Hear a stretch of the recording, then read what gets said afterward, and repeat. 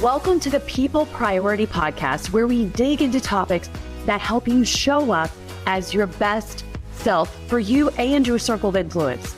I'm your host, Julie Schneers, a teacher turned speaker, team culture consultant, and leadership growth coach who loves people. Join me every week for conversations that will motivate, educate, and hopefully just inspire you to grow through the power of communication, connection, and confidence. Because you and your people, you're worth it. Today's guest is probably one of the most favorite connections that I have been able to throw on here. That's not fair. I should not say that. I love all the people that have been on my podcast thus far. But this guy has got the coolest things to share that's going to apply to any space that you're in that links to the brain. So listen in. He's got a lot to offer behind the sciences of this mental health crisis that you know is on my heart. Let me introduce to you Chris Mattice. He's a 25-year health veteran building health companies throughout the Northern Virginia area. 3 years ago, he and his partner started a neuro education company that teaches people how to maximize brain potential called Next Level Neuro. Their mission is to change the landscape of mindset growth in schools, corporations, health and fitness, wealth management, and even relationships. He's the perfect fit for our space. Chris also consults with the Ellie Group, a company with the mission to decrease teen suicide and pharmaceutical dependency that has recently transitioned into helping military, first responders, and those in the corporate space with the goal of helping adults in the same way they helped teens, in addition to preventing the burnout that we are all talking about. Chris says for him, it isn't about teaching more tactics and strategies. It's about eliminating the reason you need the tactics and strategies in the first place. Chris, welcome on. Juan, you nailed that. That was great. Oh, man. Well, I'm so glad that you're here. You've got so much cool stuff to share. Yeah. We have to start with just hitting the nail on the head of what it is when you say neuro. Give us the breakdown, give us the definition about what we're going to dig into today. You know, it's a great question. I think when we look at society, we look at the things in life that have influenced us, over time, and we look at counseling, we look at therapy, we look at all those things. The one thing that has really made a big difference for me in my life when I heard this statement, and I'm going to use weight loss because everyone at some point starts to lose weight. If gain weight, you can just change the sentence. And my friend Brian Grasso, he told it to me this way. He said, it's not about more tactics and strategies to lose 30 pounds, right? Look at the fitness and nutrition industry. It's $1 trillion industry. Clearly something's not working, right? It's about eliminating the reasons why we're already 30 pounds overweight. That's a really provocative statement. If you put any relationship, finance, any aspect of our lives that involves a goal or involves change or involves changing a habit, right? The way we like to talk about it to people is, and it's this sentence, the belief systems you carry form the perceptions you hold of yourself. Those perceptions you hold of yourself form your actions, habits, and behaviors. Oh, that's good. We only look at the habits, right? Right. But why does everyone turn back and say, and then have a guilt of failing or the shame or something of not achieving? They never went back upstream and changed the belief system that they have. The question becomes, where's the belief system started? Once you get to that and you can change the belief system, you can make drastic change. But the question becomes is, how do you do that?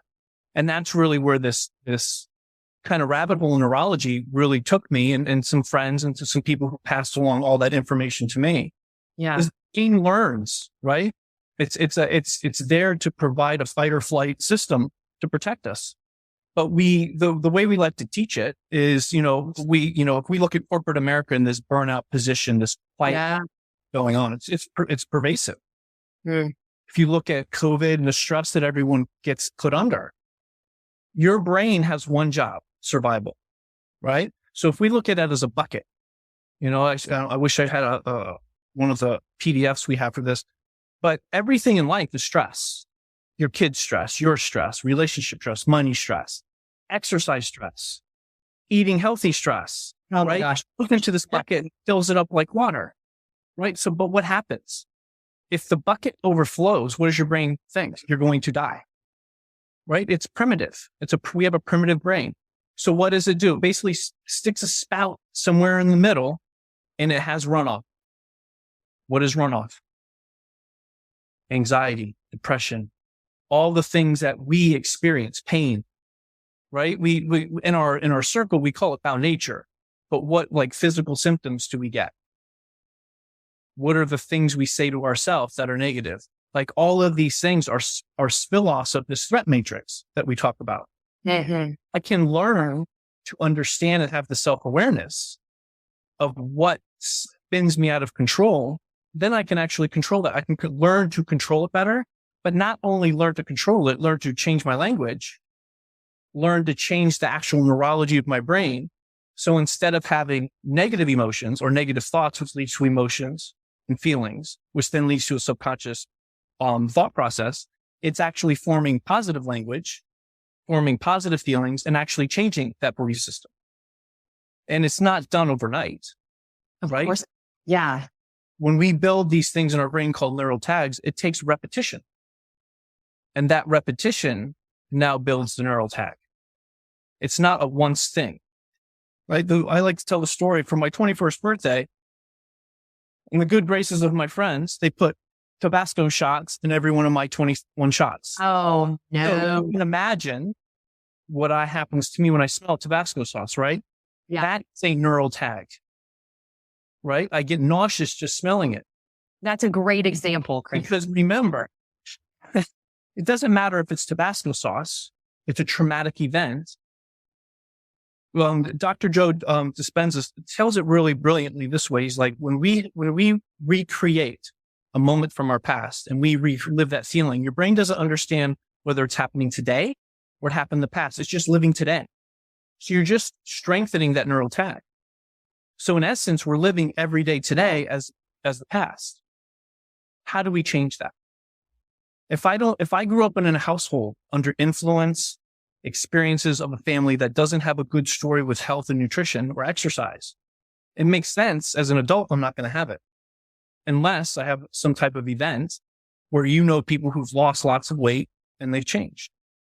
The question becomes, how do we put that in to corporate America? How do we help kids with that? That is the question.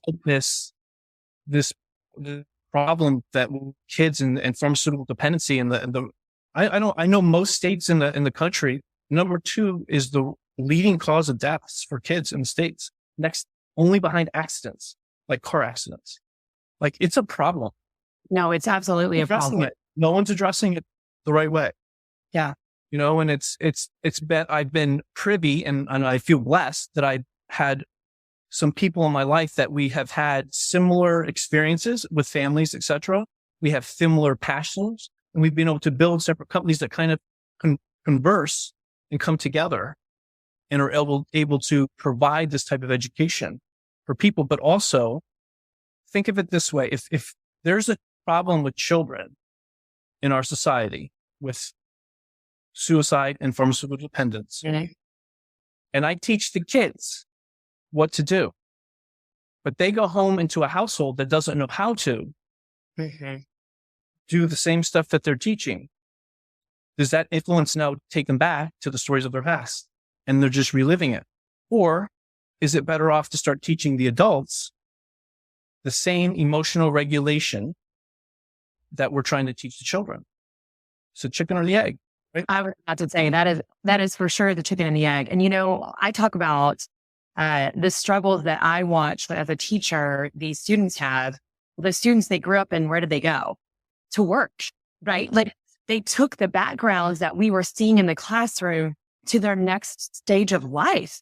Just because you turned into a grown-up and you went to a real job doesn't mean that every hardship or every struggle or every bad neuro tag that you learned just disappears. That doesn't work that way unless somebody had an intervention of some sort or help in spaces where they needed it, or maybe a different kind of support. But those kids that struggled, they still grow up to be adults that go to the workspace.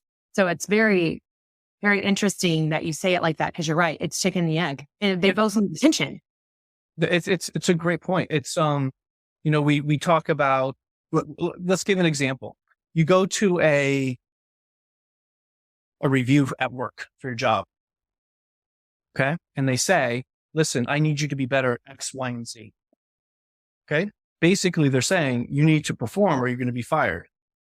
The question I would ask is, do they have the emotional development regulation to perform those skills you're asking them to change? And are you just leaving them off, letting them go on their own?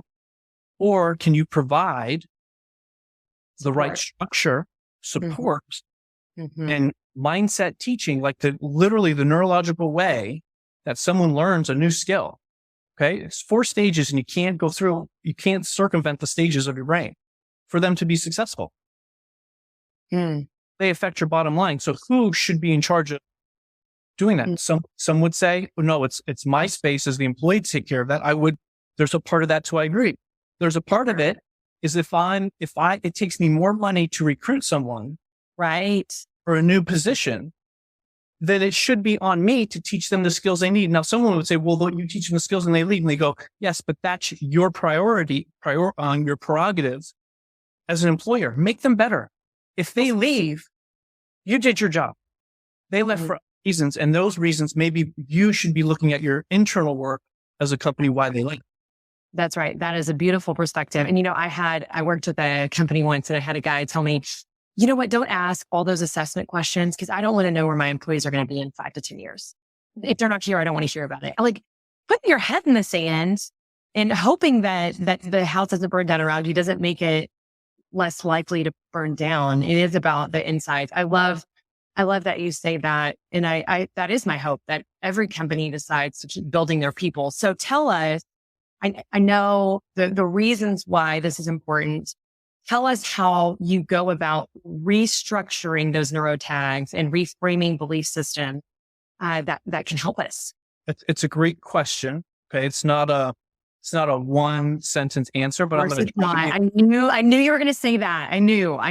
Here's why I want to say this. Okay. I'm in my late 40s. Okay. Every day of my life, I have stepped and reinforced those neural tags, experiences, etc. Am I going to be able to get someone to change in one day? Oh, absolutely not. No way. Right. It's impossible. It's like telling someone, promise me you won't do this X. Okay. Beyond all the really 1% examples. Okay. A promise is trying to change someone's habit. Right. Or how they act. Right. It's not a one-shot stop. So we really look at it in a 3-to-1 ratio. Okay. You need to learn. You need to deconstruct what you say to yourself. Right. This is the overthinking, the overwhelm, etc. Right. We really can break people into 2 pieces, thinkers and feelers. Right. And we could have a whole podcast on that if you wanted. I am a feeler. Like, I'll just be real forward. Right. Right. But if I'm a feeler, then part of my mindset help is I have to think my way out. Okay. A thinker who overthinks, they have to ask themselves, how do I feel? Now that the whole thing, what is feeling? Like, are you guilty, shame, anger, all those things? So we teach people how to start learning the language they say. Okay. That is the hardest thing to learn at first, but that's the only deconstruction piece, because our goal is to take care of you inside. Okay. That's the only goal. Like, you are with you for the rest of your life. I am with you the rest of my life. People are going to come and go, right? If we're lucky to have one relationship in our life that stays with us forever, we're lucky, but we are with each other, ourselves, the whole time. Saying that, I want to feel good. So we do a 1 deconstruction, and we do 3 things in our 4 pillars as a process to teach the brain how it learns. We teach people how to build new neural tags in their brain with what a lot of people call it gratitude. We call it count your wins, but there's a reason for that, because we want to get some dopamine into the brain, right? Because most people because of overthinking and stress or dopamine deficient. Okay. Agreed. Specific way to teach that. We teach people based on the goals they want to achieve, or if you have a project at work, what are we call it direction review, but what are the intentions you need to get done every day, right? It's a little repetitive, but we know if I want to reach a goal at the end, everything in between is not going to be roses. So I need something every day that keeps me on the straight arrow, reminding me of that. And then the last thing we teach, and it's we call it imagination theater, but we teach people to think about how they're going to feel when they achieve their goal, right? What are they wearing? Like we're bringing the full brain spectrum of all the areas of the brain come back online.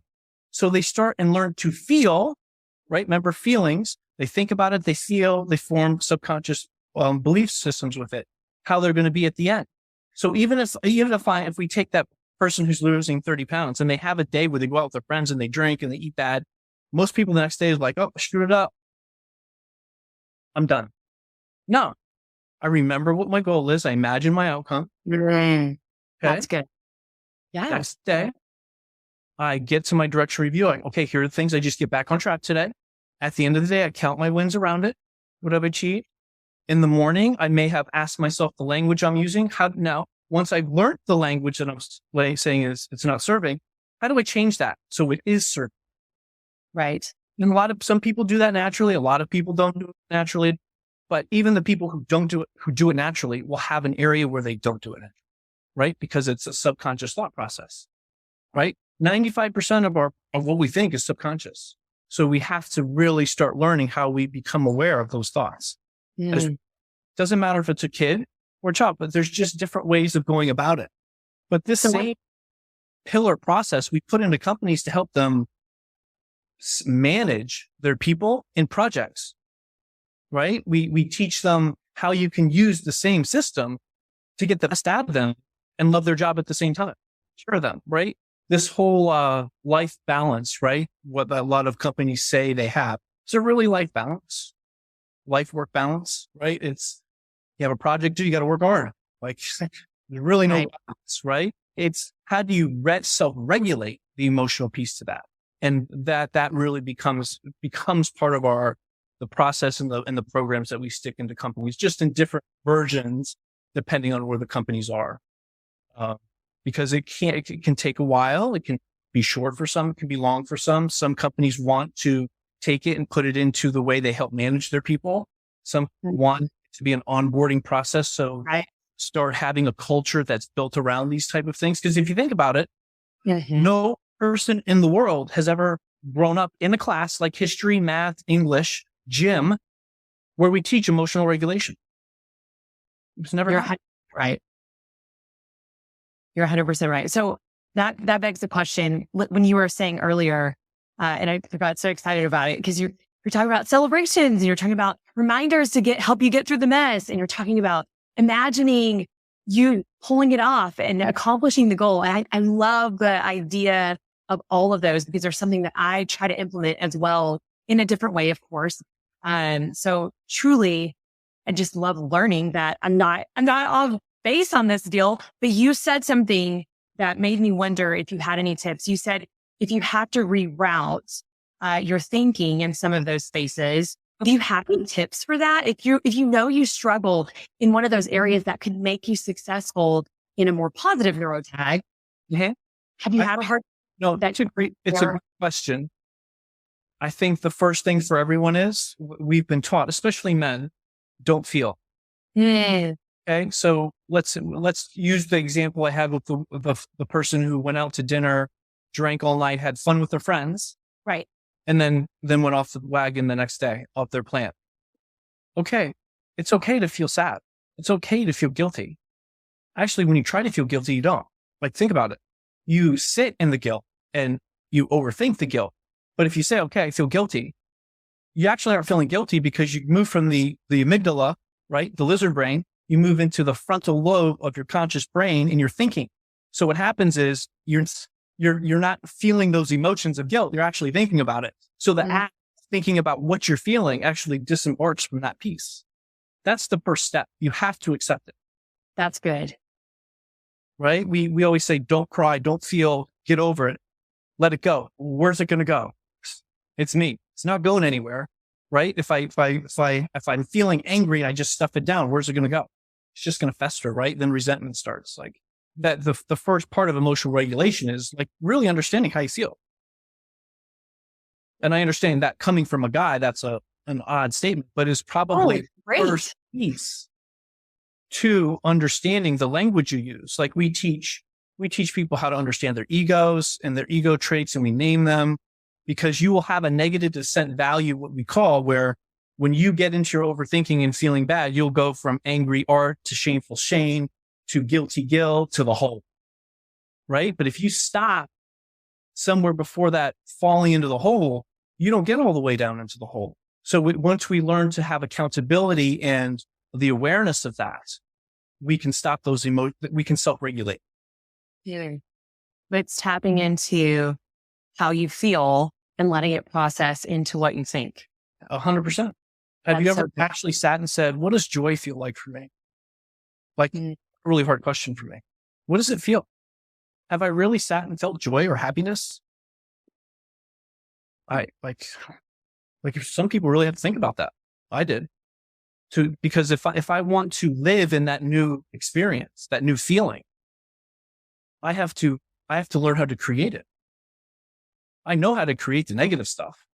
That's what we're great at, right? We're not running away from the T-Rex anymore, right? That there's a primitive piece to that. Our primitive piece today is I'm addicted to my negative feelings, my overthinking. I'm addicted to it because that's all I know, because I've lived a lifetime like that.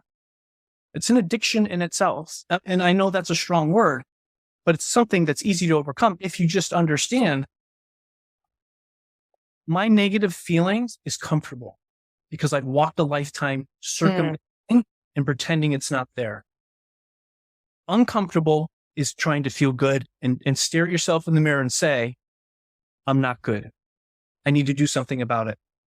Wow, I'm making positive change. And then I fall. You fall because your body, your brain saying, that's uncomfortable. I need to go back to comfort. I'm going to send some signals back up to make you feel bad because I know how to handle that. That is so interesting. So for the people who, in the office that are constantly frustrated or angry or just negative in general, that's their fight or flight. Everyone's going through something. Yeah, of course they are. And, we said that as teachers too, right? Because there's always if there's a behavior issue, there's an issue that is not the behavior that we're looking at, right? That's just the truth. 100%. Yeah, that's just the truth. Serve from compassion of what someone's going through will take things less personally, me included. But the reroute of it as a leader, for us to realize that and possibly walk beside an employee or our kid or our student in the reroute of it. I love that you pointed out the acknowledgement and the feel and the thank. I love that you said we have to celebrate, even if it's for somebody else because they haven't processed, I need to do this for myself yet. To remind me of my why through the hard stuff and then imagining what okay or happy or accomplishing a goal looks and feels like. Yeah. So good. The hardest thing for adults is to imagine the end. They're like, I'm not creative. I'm like, you think you're creative. You do think, you just are scared to do it. I was going to say, is the issue that you're not creative or is the issue that you don't believe you can be in that space? Right. Your brain is creation, right? It creates. Like so good. Anxiety for most people is creating an outcome in the future that's never happened. And my take to my kids is, listen, if you can create, you're not passing that test, and you're not going to pass it. Let's go to the lottery store and let's start paying the lottery because you have foresight and we need to start using it. I love it. That'll shut it off. Okay. I know that I just did a recap for my own brain, but is there 3 takeaways that you want to share with us? Sure. I think when it comes to understanding our mental health and how we feel and feeling better, first we have to understand that we have to decrease neural threat in our brain. Everything in life is threat, whether that's healthy, too much, like too much exercise, or too little. It depends on the person, right? We need to understand our non-serving thinking patterns. We have to become aware of those. And the last thing is stop looking for the tactics and strategies to change. Let's eliminate the reasons why you think you need them in the first place. You start there. Any tactic and strategy works. Right. And that's really the premise when we look at decreasing teen suicide, pharmaceutical dependence. We look at decreasing depression, anxiety, et cetera, et cetera. If you look at it from that piece and you start teaching the brain how it learns and start recreating a new way to think, because you can. Remember, your nervous system changes at the snap of a finger.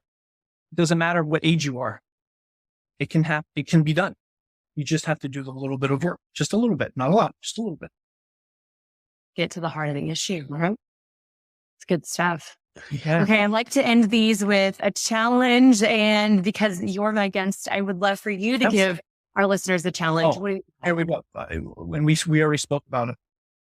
This week, one time when you are overthinking, you feel bad, try to understand what that feeling is and try to feel it, and you'll stop feeling it. That is hard. But if you can do that, you've already started the process to self-awareness. So you're already way halfway there. So good. Okay. Thank you so much. You asked me for it. Self-aware. Yeah. I want to say my quote. Oh, no, I'm in. I'm all in. Oh, you're in. Oh, wow. I'm not done. Yeah. I just wanted to say you're amazing. I loved this so much. Okay. So last words of wisdom, our golden nugget from Chris, the last one. What's your favorite quote? Okay. It actually came up on my stuff today that I was doing. It's, if an egg is broken by an outside force, life ends. If broken by inside force, life begins. So great things always begin from inside. Love that. I love that. Yeah.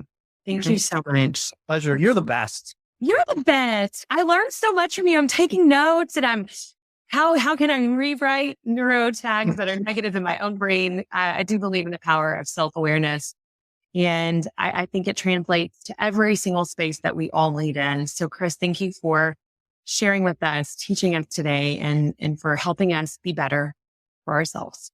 Also, all right. You're the most requested guest you'll ever have. Actually, maybe. Yeah. I love it. Okay, well, check out the show notes so that you can get a hold of Chris. And Chris, thank you. You guys have a great week. See you next week. Thanks for listening and being my people. I hope you enjoyed this episode. And if you did, hook me up with a 5-star review wherever you're listening right now. And as always, don't forget to subscribe to the People Priority Podcast so you don't miss out on more tips, tricks, and important reminders. All right, I'll see you next week.